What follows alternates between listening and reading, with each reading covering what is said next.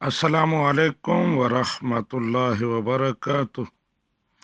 جی، سوال پوچھا گیا ہے، اقامت کی حیثیت کیا ہے؟ جماعت کھڑی ہونے سے پہلے جو اقامت پڑھی جاتی ہے وہ فرض ہے، واجب ہے یا سنت ہے؟ جی، اقامت جو جماعت سے پہلے پڑھی جاتی ہے، تقریباً آسان کے الفاظ ہوتے ہیں، یہ سنت مؤکدہ ہے، اور یہ آذان سے بھی زیادہ اہم ہے اور افضل ہے۔ الدر المختار میں ہے، والاقامت کل آذان لیکن ہی افضل من، آذان کی طرح ہے اقامت بھی، لیکن یہ اس سے افضل ہے۔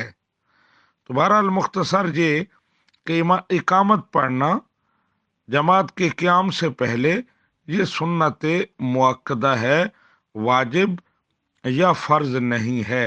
ھذا ما عندی واللہ ورسولہ اعلم بالصواب۔